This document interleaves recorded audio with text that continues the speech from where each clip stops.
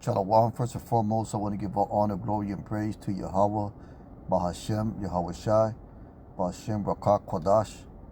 Double honors to the elders of the great millstone, and peace and salutations to the brothers that are doing this work in true sincerity.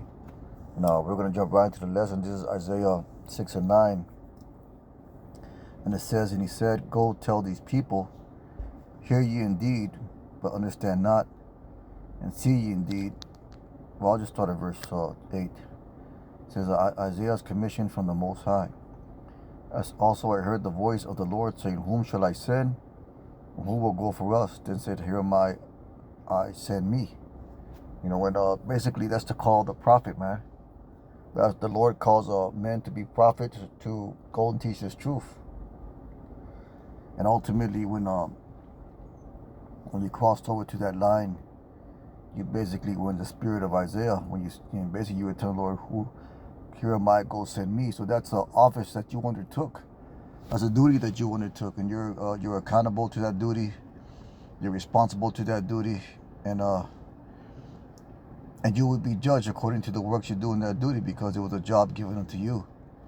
So you gotta understand that firmly, that we through the Spirit been called to this thing, and we raise our hand to do this work, man. So you got to take all the L's and all the sorrows that come with it.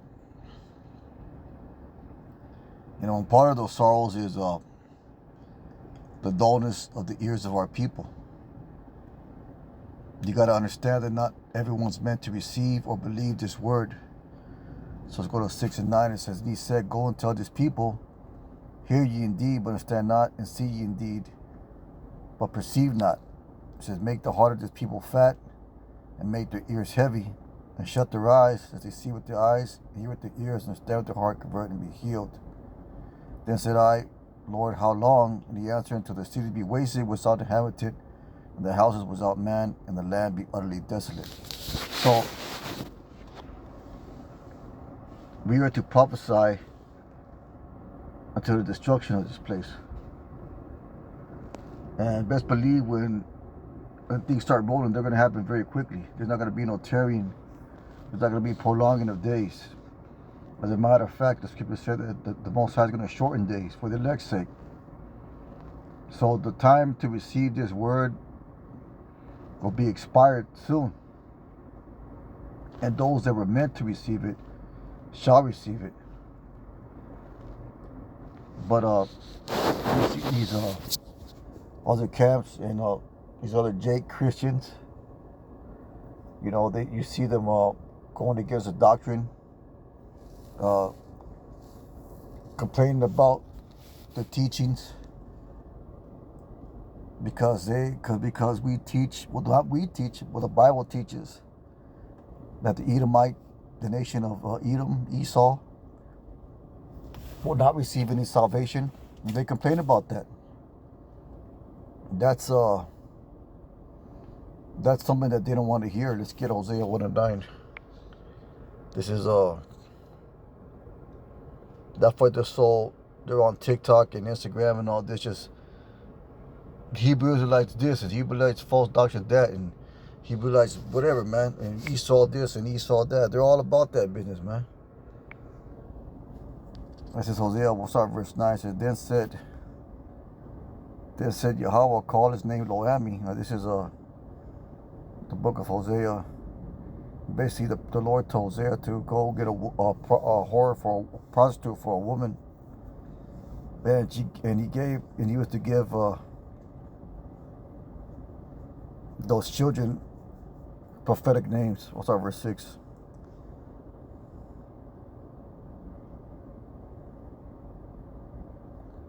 Let me see here. Yeah, I'll start at verse 2.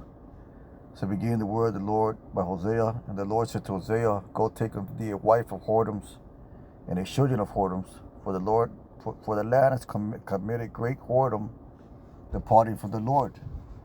So the Lord was using this as a symbolic tool. So he went and took Gomer, the daughter of Diblam, which conceived and bare him a son.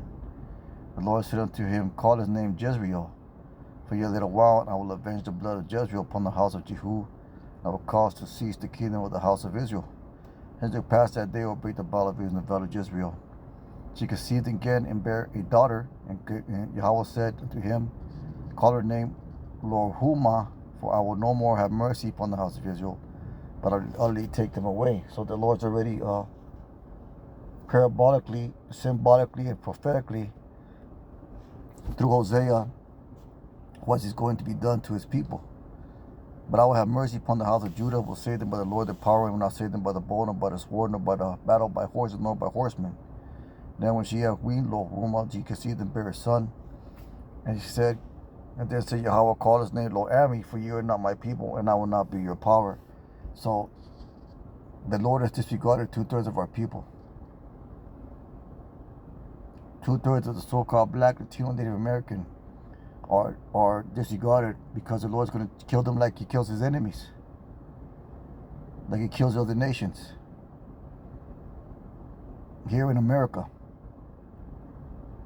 So they have been counted as not his people,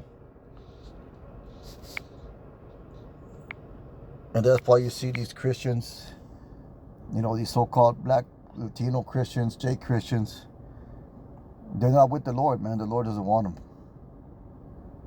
This is Jeremiah 51. So this is the Lord unto me, through Moses and Samuel stood before me. Though Moses sounds before me, my mind could not be toward his people. Cast them out of my sight and let them go forth. And it shall come to pass, if they say unto thee, whither shall we go forth? Then thou shalt tell them, thus saith the Most High Power, such as for death, to death, such as for the sword, to the sword, such as for the famine, to the famine, and such as for the captivity, to the captivity. So this is speaking of what do you call it? What's the word? Destinies that 2/3 of our people have. We all have a destiny, or we have a preset condition that we are to fulfill here upon earth prior to entering the kingdom. What you call a predestination. That's basically the Lord's controlling everything. One of the elders, he mentioned in talking about the apostles and the no free will. He mentioned the prophets as spiritual robots. We're already programmed to do those things. We're programmed to live the life that we live, and to be in the spirit that we're in. This is all of the Lord, man. This is of the Lord's doing. And even the scoffers and scorners, the what's the word? Those Jake that are sympathetic, they feel sorry for Esau because he can't be in the kingdom. They want to try to debunk the teachings of the truth. That's their destination as well. That's their destiny as well. They've been counted outside the Lord. They're casted off in the sight of the Lord. The Lord ain't going to deal with them until they come back as the children elect in the kingdom. Let's go ahead and get Isaiah 30. Because Isaiah 30, and this is the teaching that they just can't accept, man. They can't accept that the Lord's not going to receive everybody. He's only going to save the elect, because they're taught by the Christian church that all you got to do is repeat the sinner's prayer, like they call it, and receive the Lord Jesus into your heart, and that's it. You're going to be raptured up to the clouds. They're not going to be in what they call the Great Tribulation, the 7-year tribulation, where the Antichrist is going to rule the world, and you're going to be coming back in the kingdom. And they teach that all nations can receive that. And since that's not of the truth, they complain and they scoff against it. This is Isaiah 30 and 8. And I go write it before them in a table, noted in a book, that it may be for time to come, forever and ever, that this is the rebellious people, lying children that will not hear the law of the Most High. So they don't hear the truth. They don't hear the law. the law of justice and judgment, the law of retribution, the law of the Lord revenging of us our enemies. They don't want to hear that. We say to the seers, see not. See, they tell us to stop saying these things because of their disagreement towards it. And to the prophets, prophesy unto us right things. See, don't tell us the truth. Prophesy to us right things. Let's go ahead and get that word right. It says straight in front, straight, true things of prophecy, vicissitude. I'm going to get that word vicissitude. See if I can find it.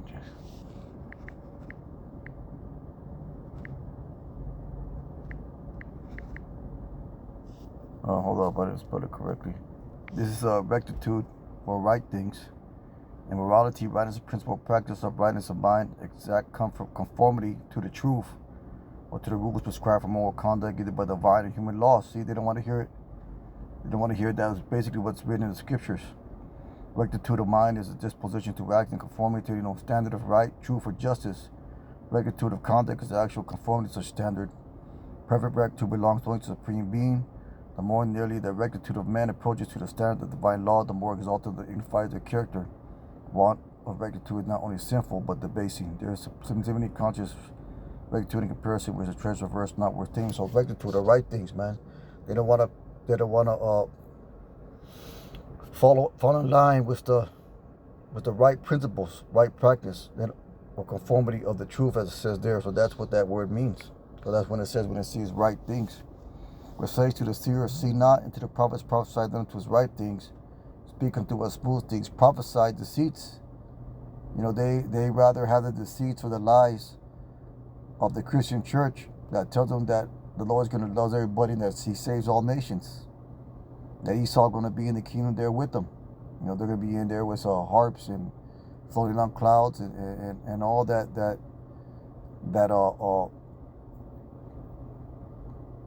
lie that Esau teaches them. Let's go ahead and get Mark, the 13th chapter. But they're destined to believe that according to the laws of the Most High, according to the Lord in His justice and His judgment. Mark 13:14. But let's see where it's at. I don't think that's it. I think it's Matthew.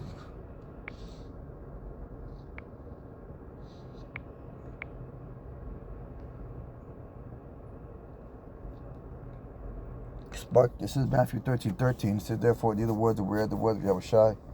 Therefore, speak to them in parables, because they see not, hearing, they hear not, neither do they understand. So the Lord purposely spoke to them in parables, so they wouldn't get the meaning of what He was saying, because it was not given unto them to understand those things.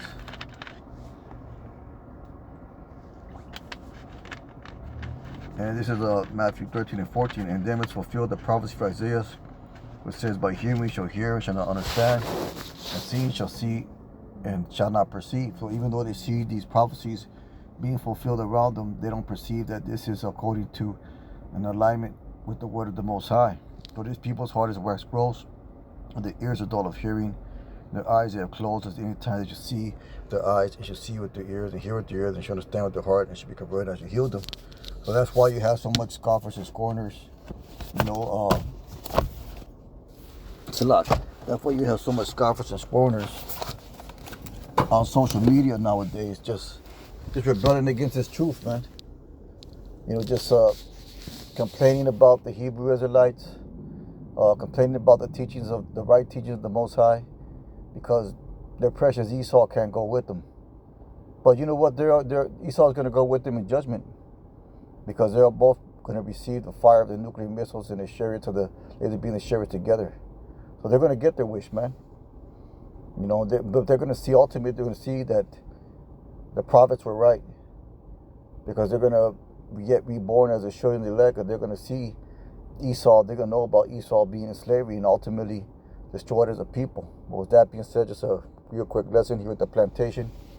Most High would and hope is edifying. Was that I would give all honor, glory, and praise to Yahweh, Bahashem Yahushai. Call Halal, Yahweh, Bahashem Yahushai. Brothers, keep on pushing. Shalom.